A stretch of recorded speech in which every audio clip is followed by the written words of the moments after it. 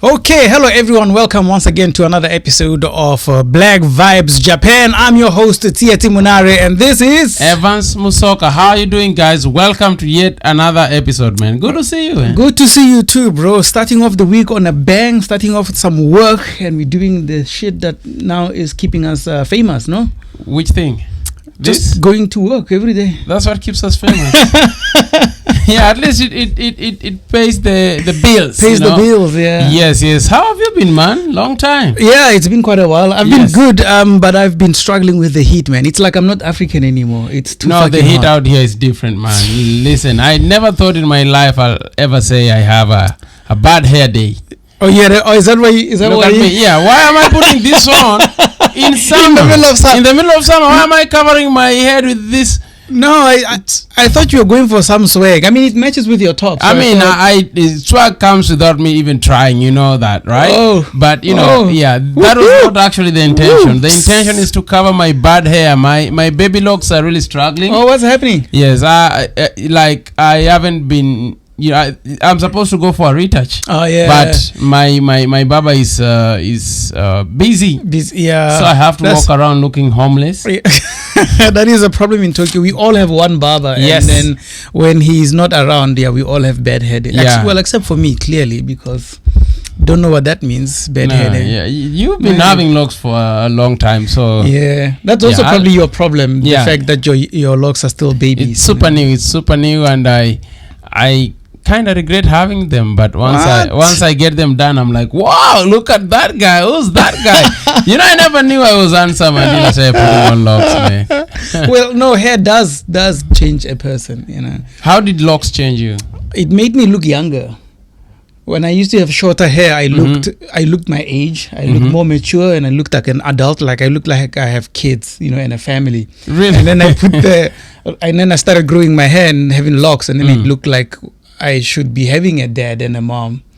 You look like a kid, you said? Yeah, I look much younger. So I think you should. I think locks suit you. I think you have a humongous head. I think. Oh my goodness! Yes. You have no idea. No, I think you almost became a midget. You missed midget. Very close. Is that offensive, midget? I think it is. Sorry, yeah. Small person. Small person. Yeah. You are a small person, but not. It's not for you. It's not like.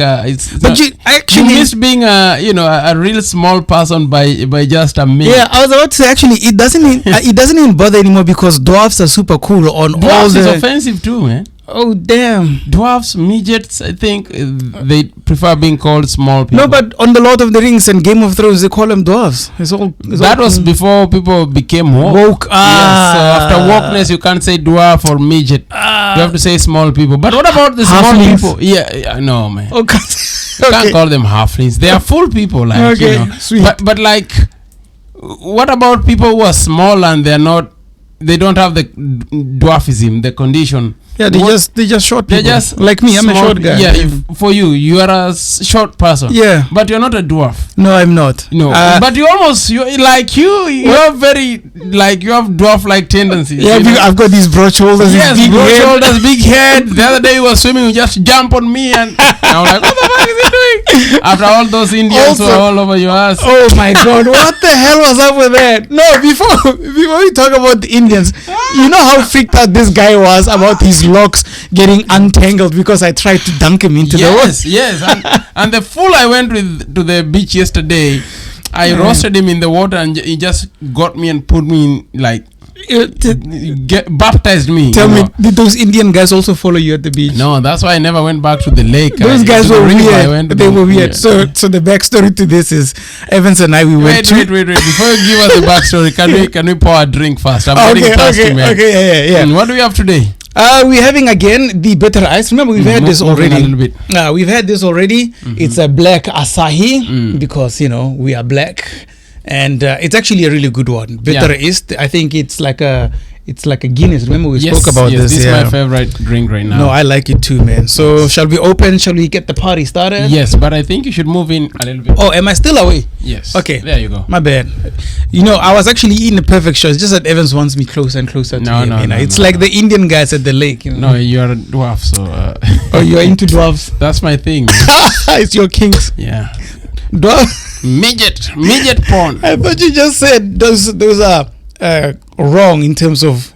Wait, it's not the black one. That's what I'm wondering. You know, I thought, did I like get the wrong one? Yeah, but because the last one was black, right? Yeah, it was a stout. Yes, this is not stout at all. Oh, this is like just bitter. Maybe let's. Cheers. Okay. Let's have a taste.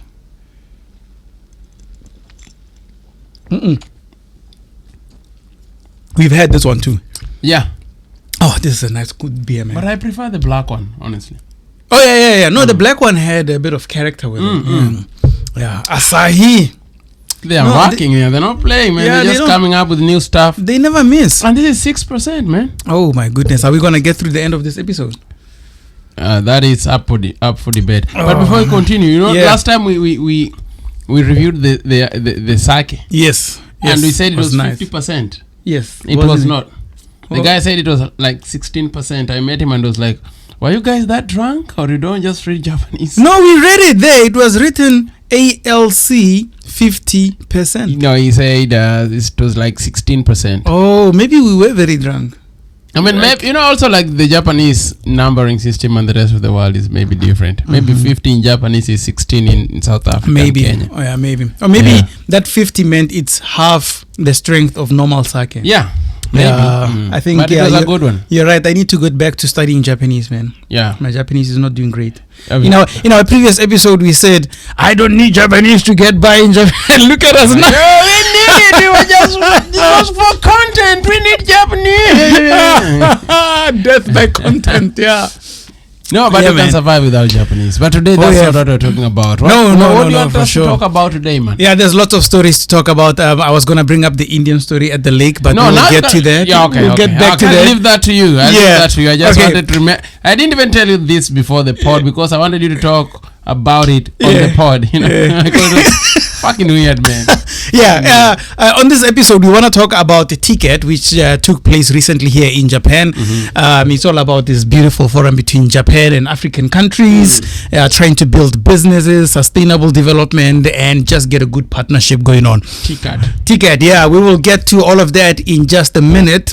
You've already asked me how my week was. You kind of told me how your week was in a nutshell, going to the beach, having a good time. And then I started off this tangent about, I'm saying all of this while he's searching the stuff about Ticad, you know, that's how we roll. So we went to the lake, Ome. Not lake, river. We went to the river, We went to the river in Ome. Like an hour drive from my place. Yeah, it's an hour drive, but we ended up taking 7 years to get there. Yes, 7.5 years. It's not about the destination, it's the journey that counts. I am listen, before we continue, I just have to say, Jesus Christ redeemed me. Otherwise, all of us in that car will be dead because we would have died. Yes, I have a lot of patience nowadays. I'm still working on it. I'm still working on it. But I was on your case. I know I was on your case. I was like, okay, let me. And before that, I had like a long 6-hour drive to Hakuba with. Oh yeah, you did. Yeah. Also, yours was better with Runako. My goodness. So, but to be fair, I mean, all of mine was just bent. I was just trying understand, to absolutely push your buttons. Yes, see how but you were not the only ones in the car. If you know what I mean. So you were super relaxed. Man. Yes. Yeah, no, you're so calm. I try. Like instead of killing people, I just want to kill myself. Yourself. So, I'm very accommodating. I try to be. I realize that, you know, at the end of the day, nothing really matters in this world. No, absolutely not. So, when I get late somewhere, I don't really stress much. Yeah, that's good. Because I'm like, if it's beyond my control, then I'm going to be there late because there's no need of stressing over, we lost 15 minutes because we took another route. Sure. You know, it's not a big deal to me anymore, and that's something people don't like about me nowadays because I don't get stressed by like little things. Of course, I spare my energy, man. Anyway, there's really no time. So we get to the lake, the river Ome, and the place is called Ome, Ome. Yeah, and it was really nice. We were jumping in, swimming. Start with the first place. We went to the first place first before we went to the final destination. I can't remember the name of that place. It's, I can't remember too. It's Kagurayama. No, I can't remember. Yeah, we got lost. we got lost, and then we drove uphill, downhill into like a small, tiny little road. I was just like, where am I going? But I pretend as if I know where I'm going because I'm the driver. I'm the one exactly. Like, let's go to Gome. I know a place. And pretending to be all calm about it. Yeah, I think if you turn left here, if you turn right here, and I'm looking at it like, this guy thinks I was born last week. But anyway, so we are lost. We get to this random place. We can't find parking, and we have to reverse all the way out in that small, tiny road. Goodness. Yeah, props on this guy's driving though. Really good. People say I'm not a good driver. They haven't met me in Ome when it's clearly small roads, right? No, clearly not. Yeah, no. So and then we make that U-turn. Go back. We finally find a place. A drive that should have taken us 60 minutes ended up taking us, I don't know, a whole soccer match, like 95 minutes or so. Plus extra time. Yeah, plus edit. Yeah, oh my God. Yeah, so it was quite, and it was hot. Oh my God. Oh, it was burning. I put, even the AC was not. The AC was complaining. I'm like, is my AC broken or what? It's low and there's a fan on, but it's still just hot. Yeah, but anyway, so we get there, we set up, we put out our little chairs and a little gas stove.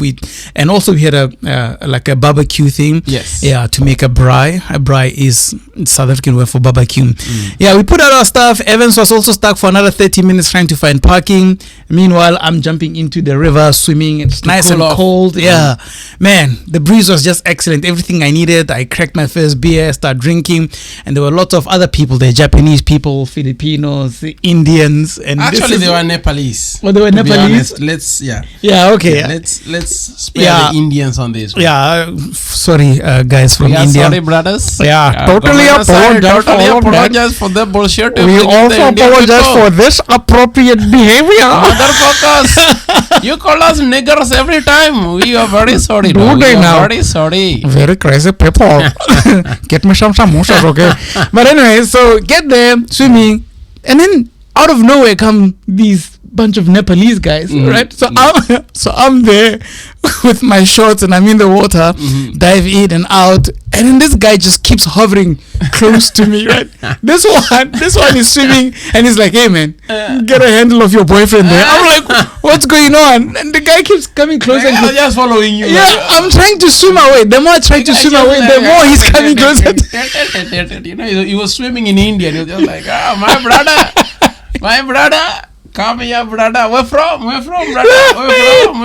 No, but the sad part was the guy was not even speaking. He was just like, I swear to God, he wanted to kiss me.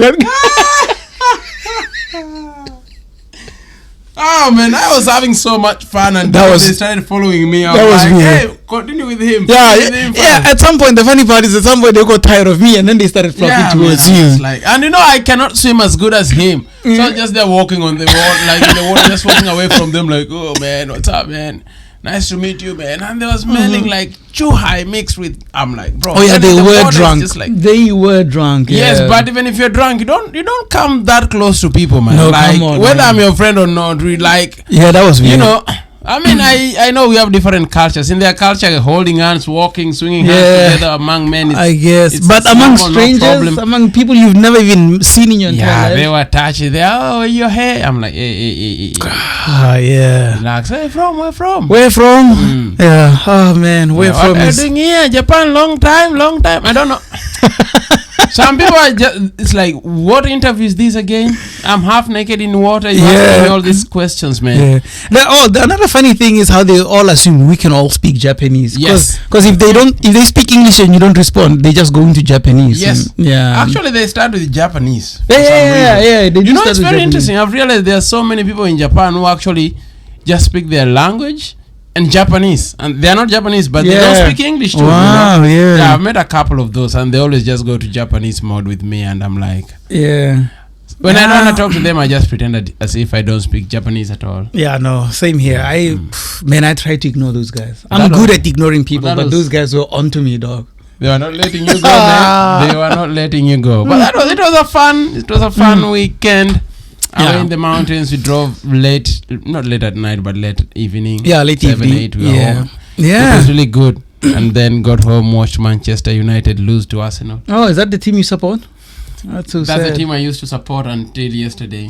Me, I have given up supporting football, man. That thing is depressing. No, but I think we're still cooking. Okay. Like what Luis Saha said. What did Luis Saha say? Saha said Manchester United, there's something happening there, something special. I mean, there is definitely something happening there. Those guys, they look fitter. They kind of seem like they're getting the tactics.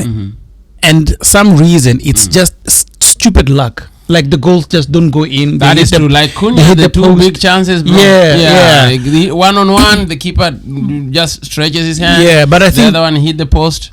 Those are signs of a team that Harry is Maguire headed improving.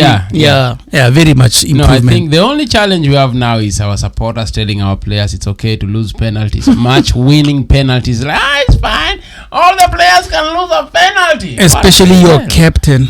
Yeah, especially your best player. Your anchor. But I think, please hit Google. Has there ever been a player that has never missed a penalty? And I'm talking about somebody that has kicked over 10 penalties, not just one or two. Yeah, I don't buy it, bro. Anybody can miss a penalty. That is true, and anybody can score a penalty. That's my counter argument. Not anybody can score a penalty. I bet you wouldn't be able to score 2 or 3 penalties with Andre Onana there. He's not even our best goalkeeper, but I bet you might fail 2 or 3. Onana. My mom would score. In fact, Onana will be there with one eye patch closed. Andre Onana. Yeah. He's African. I'm telling you, my dead grandma would wake up and just go like. You think it's easy? You think it's easy scoring? No, I know it's not easy, but I've taken so many penalties in my life. Those goalposts become so small, though. But they're big. Yeah. They're big. Most of the listen. After this, we play FIFA. And I take you down penalties. You cannot, bro. You know that. Hey. Let's not go Musoka, there. stop it. Okay. Yeah. It's check our whiteboard where we wrote our shit. Our whiteboard there. We are done with the opening. Now we have to talk about Ticad. We've been trying to talk about Ticad. What's been happening? 16 minutes. 16 minutes of absolute nonsense from you. I love this, man. This is good vibes. Oh, this is great. Hear that Indian story again, man. You know those stories you remember when you're in bed and you wanna sleep and then you just start laughing. That's why you're like, oh, thank God I live alone. Otherwise, my wife or my mom would be like, yeah, go to a psychiatrist. The guy has lost it. Yeah. So I laugh here like crazy, man. I don't know why I don't have a next door neighbor on my right. I think they just come in and then after 2 weeks they're like, no, they're like, this guy talks to himself. Man, he's either porn, somebody screaming, or him laughing by himself, or when he's playing FIFA, just insulting the opponent. That's me. When I'm on the PlayStation, my man, I yell, bro. I have a neighbor on the second floor. Yeah. He always comes. He's like, oh, what time did you sleep yesterday? I had you at 3 a.m. just saying, die. Because also the guy I play with, he talks a lot of shit. And for me, talking shit is what I do best. Yeah. So I always just break him down, man. Oh my God. It's always good. Tell me, are you the type that throws controllers or like screams at the TV when you're not getting something right? Bro, I have a new couch. That tells you about my previous couch. Oh, I jump on the couch like crazy. Like I jumped last time, and it was this one it was one of these like minimalist couches from Sweden. Yeah. I think the thin leg. You broke those. Thing. Yeah, bro. No, be honest. You broke those heavy sex. Not playing games. No. Sex I don't have. So on the couch. I just don't have sex, man. Oh please. I am retaining my energy. for marriage. Focused. No marriage. Just focus on this podcast. I want people to subscribe. Hey, we are not focused, man. We are not focused. Yeah, just energy on this. Stop. Okay. Ticad. Yeah, you went to Ticad. How was it, man? Yeah, Ticad. Oh, you didn't go? This traitor. No, I wanted to go, but again, I was just like, last year I talked to someone and I was like, next year we'll call you to like, MC some of our events or perform or something. That would be nice, I was waiting for them and they never reached out, and I was like, well, plus I had other shows, so I was like, I was on vacation, and so I had lots of time, and then I went to Ticad. I registered. I went to see my booth. My country's booth. Ticad is this not organization. It's an event. It's a business forum where Africa and Japan are like trying to build relationships together, mostly for business people. Okay. Lots of companies go there. They showcase what they are doing and how they are selling it in Africa, or how they are trying to promote that business in Africa. For me, I mean, I don't feel like I like these kind of conferences or these organizations, because it's like they promoting the whole, we are here to help Africa, poverty porn vibes. So what about like the Osaka Expo? Is that different? Like, do you feel it promotes the same thing? Yeah, no, the Osaka is the World Expo, so it's like anybody, like it's any country says, we want to take part in the World Expo, and we want to display what our country can do. In Ticad's case, they frame it as if, you know, they're trying. It's like my president said when he was here, Cyril Ramaphosa. He said that we are not looking for help or aid or some sponsorship. You know, we are looking for partners. We want to make business. We want to do business with the world. We are not looking for a helping hand, like feed us this, give us this, oh, poor Africa. No, right now Africa is the place to be, and we want to show the world that we are ready and we can do stuff. Like, actually, the world needs Africa now. It's not the other way around. But stuff like Ticad, for me, they always paint it like, oh yeah, we have to do favors, you know, to countries, to poor old countries in Africa. So does that mean like African countries come and showcase their products, or like, is it like African countries coming to ask for aid, or like how's the event structured? So when I was there, it seemed more like Japanese Japanese companies, coming up with all sorts of products or nice things. And one of the biggest ones is, oh, we are going to solve the electricity crisis, or we're going to purify the water for you. I mean, there's so many companies in Africa already busy doing that work, you know. So when I was at Ticad, all I saw was all these Japanese companies sort of doing stuff for Africa. And I'm like, wait, what about African companies selling their products to Japan or the Asian market? That's what I wanted to see. What would be like some of the products you think, apart from like the traditional coffee and tea, and what are, for example, technology? What technology can Africa sell to Japan? This might sound a little bit old, but it's just an example. You know, South Africa was one of the first ones to make the, please correct me if I'm wrong here, the Gripen helicopter, the one that could literally rise up from the ground, go up and just hover there. Oh, really? Yeah. So one of the first ones to do that. Like, military advances have always been great in South Africa, but we are just not selling it to the rest of the world. Why do you think is the reason? I really wish I knew. I do not know. Honestly, I look, I want to cop out and say, you know, Africans, for such a long time, we have been restricted by the West and, you know, other nations from actually exploiting or taking out our abilities, because every single time the picture is painted as if we are the ones that need stuff. So but like I said, that's a cop out. That's like an easy answer, but I really don't know why Africans or Africa is not really putting themselves out. There certainly are companies that are putting themselves out there. When it comes to farming, we are doing really well. Even in the United States, we are bringing avocados here, so we are doing the right stuff. Banking in South Africa is really good, and I feel like a bunch of not a bunch. Japan can learn a lot from banking in South Africa, like online banking. I think it does work for the Japanese population. I think you're speaking from a point of view where, like, yes, correct, this will help me here in Japan. Correct. But the Japanese are like, what the heck? I don't need that shit. That's like, and I totally understand, because I was just thinking like the mobile money technology, M-Pesa, in Kenya. It has been replicated in some other in many other countries, and it takes different forms. It's not here in Japan. It's right now it's in the US. What do they call it? It's almost like M-Pesa. It's called Venmo and all that shit. And now you speak with Americans and you tell them about M-Pesa. They're like, no, man, we have Venmo. Like, bro, that is fake M-Pesa, bro. Venmo is M-Pesa wannabe. You know what I mean? But they speak because they don't believe Africans have the ability to innovate and to come up with all this technology that are life-changing. And that's why I think, you know, like, they look down on Africa as a continent, and that's why even our technologies are not really fully embraced in other countries, because there is no way you can. I've never heard of a situation where there is a car built in Kenya that is being exported to Japan. Wait, wasn't it in East Africa where somebody developed a hearing device that could actually help deaf people, or like, I can't really remember what it was per se, but I mean, it's not like these things don't exist. Or it translated sign language, something like that. But guess what happens to those people? Man, they just get bought out, you know. Yeah, they leave, brain drain. They're out of there immediately. Someone has a good idea. And I cannot really fully blame them, because these developed countries have like environments to nurture that. If you're talented and if you have a good idea, there are very many labs that can incubate your idea and help you see it through fruition. Yeah. But in Africa, it's just like, I think there are no systems. I mean, we have a couple. Now things have started, of course, growing slowly, but still we do not have like set up systems, even in terms of talents, and all that. Yeah, these things are sports. They just seem to be taking so much longer with all us. All the best players. Once you know you can play football and you're showing like signs. Yeah. People from Norway send their scouts really quick. I mean, you're right. Look at you. Go pick that. You know, the best comedian left Kenya now is here. The brain drain is real.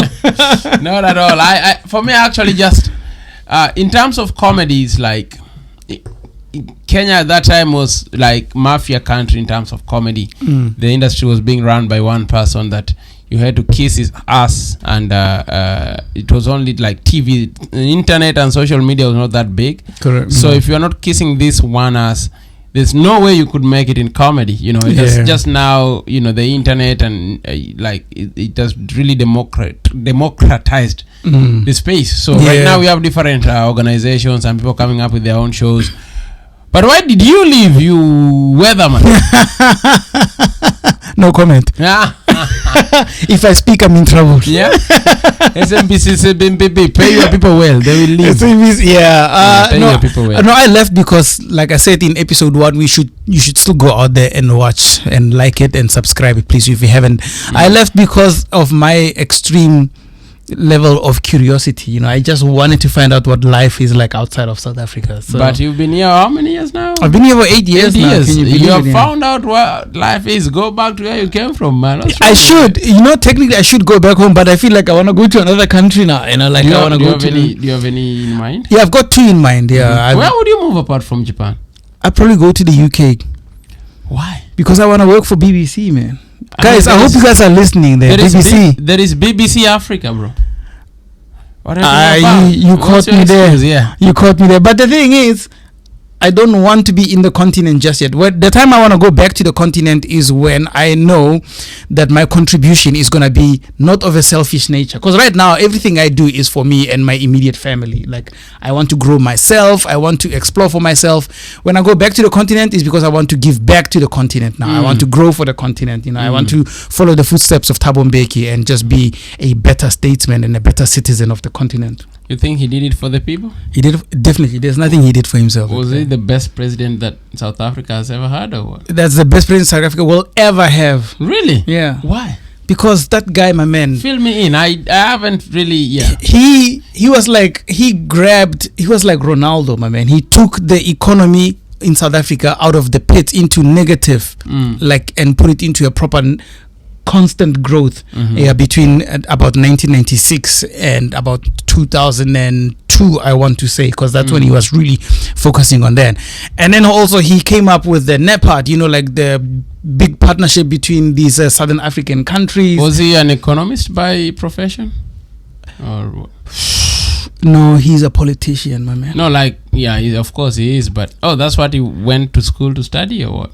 Because when you say all you've said about Mbeki is what I feel about Kibaki. Yeah. He's actually an economist who really just turned everything around. I wouldn't necessarily call him an economist as much. Like he's a proper academic, and what he was trying to do was trying to put Africa, not just South Africa, on the same playing level field as everybody else. Like he wanted Africa to solve their own problems instead of asking people for help, and instead of Ticad. Look, Ticad still has its own good things. What but good I still things, feel man? I think it's just a bunch of people coming here with government money to scratch their balls in Tokyo, and correct. Listen, this week maybe this person, I will see this and maybe feel some type of way. But I met a lady from a country in West Africa who's here just because she knows the people in the government, and she was just like, I just tagged along. And that is not a nice. That is not a nice thing to hear, man. And she didn't have anything to do really. She was just eating pizza somewhere. I was. My goodness. You know, it's like. I hate these are our governments. Exactly. I hate the hangers on. People who just do things because it's free. And I would go. If it's free, you won't go? You wouldn't go? I wouldn't. You will, man. If I tell you, Tsietsi, I have this show, man. I'm supposed to go perform in Malaysia. But I if have 4 tickets. If it's not nobody else, I'll take care of you. You don't have to do anything. If it's not at the expense of my country, like if it's not chowing people's tax money for me to be there, then fine, I'll do it. And I'll be like, and actually the show I've been paid by the South African taxpayers' money. It's my tax. Yes. You see? Yeah, so that's what she's thinking. Like it's my money too. You see, that's why I'm not ready to move to Africa yet, because I want to, when I go there, I want to be a person that is very selfless, you know. Like, but the thing is, like, sometimes, like, I feel like, of course, I don't want to move to Africa now, but sometimes situations just happen. Maybe you get deported or some shit like that. Like, what would you do in such a case? Like, if I you're got not sent back home, you're not mentally ready to live there right now. No, if they tell you tomorrow, hey, pack your bags and leave. No, South Africa is still cool. I'd still be very happy to move back home. But you won't be happy because it's not the. Oh yeah, because right the timing. Okay. Yeah. Same to me actually. People think, for some reason, deportation is the worst thing that can never happen to you. It's not. No, it's not. Yeah. You know, especially now, like me, I have some sort of quote unquote career. I can go home and jump on shows and make some money. No, absolutely. Yeah. So I just. Now, like, if I go to Kenya, I won't be looking for a job. Never. Oh. You know, I will not. Because you're big now. Not because I'm big. It's because, first of all, looking for a job in Kenya is a nightmare. Oh. Yeah.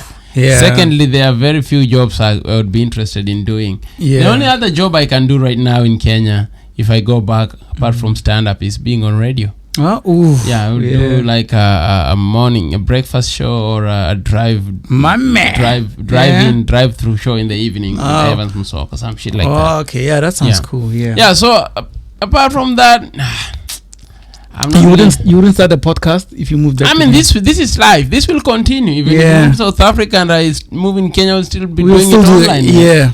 I'd definitely go into doing podcasts if I was in South Africa. 100%. That will continue. I'm looking at myself and I'm like, why didn't I start one when I was in South Africa? I'm telling you, but podcast was not a big thing then. You know, it is something that's just growing into it. Yeah, true. It is a very new media, and that's why people are saying, like, the real people who understand this internet space are saying social media is not it's not saturated at all. Oh, there's still lots of space. There are so many podcasts out here. Why start a new one? No way, bro. Bro, do you know how many podcasts are there compared to the people listening?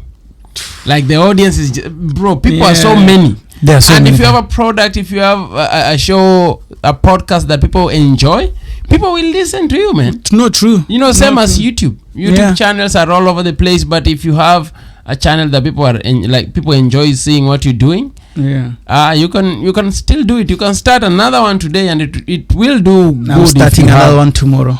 About what? This time I'm going solo, and I'll be talking about short people. That one people will be so happy to hear, man. I will subscribe twice. I want to hear the struggles of short people, man. Subscribe. Midget talks. Yeah, everyone, please. Even if you have already subscribed, tell your other friend to subscribe. Okay, this is Black Vibes Japan with me, Tsietsi and Evans Musoka. I hope you guys can just keep on sharing the way you have been doing. Comment on the comment section, and then we'll get. No, we are not. This is like an ad break, so I'm just doing this. Okay, but we're almost signing out. Oh yeah, time is almost up. So I think we have just about wrapped out Ticad. Ticad was here. It was nice. There are lots of leaders from African countries here in Japan. Yeah, we've seen some really cool, amazing stuff. Let me tell you about this really cool thing that was being advertised there. I met a guy who says they are making a paint that can absorb sunlight and make your house cooler than normal paint. And I thought that was really nice. That's very useless. Why? It's not. Do you know how hot the summers get these days? Turn on an AC. Why paint the entire house? Listen here, turn on the AC so that you can contribute to climate change and make the planet even warmer. That's Evans' solution. Climate change is not real. I keep on telling you that. This is propaganda by the Illuminati. So you're saying the planet is not getting warmer. No, warm days are warm and cold days are cold, bro. I think people are just exaggerating this shit. Very simple. I like the fact that you are laughing behind these sentences you are saying, because even you don't believe it. Yeah? Warm days are warmer, cold days are colder, man. No, simple, fantastic. Man. Yeah. I have people in South Africa saying, "Oh my God, it's so cold this winter. What are you talking about climate change, man? It's too cold here." Exactly. That's But are penguins dying and shit? Everything is dying, though. Everything. Isn't that the state of nature? It could be the state of nature, but it's happening a lot faster than it's supposed to be happening, which is the problem. But I think we are just too deep in to be, to reverse, to go back. I think if it is messing the world, I think we have already done that. I don't think there is a way we can reverse it. Yeah, the climate change community will not be happy with what I'm about to say. But the sad part is, even if we stopped all pollution and all contribution to, greenhouse gases into the atmosphere, we still have a long way to go before things can actually stabilize and become better. So even if we stop all carbon emissions into the sky, we'll still go into 2100 with extremely hot summers, very intense storms, very long droughts, and shortages. I don't know why that number is important, but I'll nod very, very agreeing to look like am I also a smart human being on this podcast. 2100. 2100. I do like that, because even me by 2100 I'll be like a corpse, so I wouldn't care. I'll be dead, and I'm not gonna have children, so they wouldn't have to worry about anything. You are the problem, not having children. You are the people who are a problem. We should talk about actually population stuff on our next episode. That sounds like a good idea, actually. Are you planning, before we sign out, are you planning to have children? That's a very interesting question, and you will find out in the next episode. My answer keeps on changing, and you'll find it out on the next episode, man. Thank you very much for watching today. It's been an amazing discussion, man. I think that's enough for today, man. What do you think? I think that's enough too. Thank you very much for tuning in, guys. And next episode we will try and talk about Evans's reproductive status. Yes, I think that's a very important subject, man. Thank you for watching. Subscribe, and we'll see you next time. Cheers. Sayonara. Sayonara.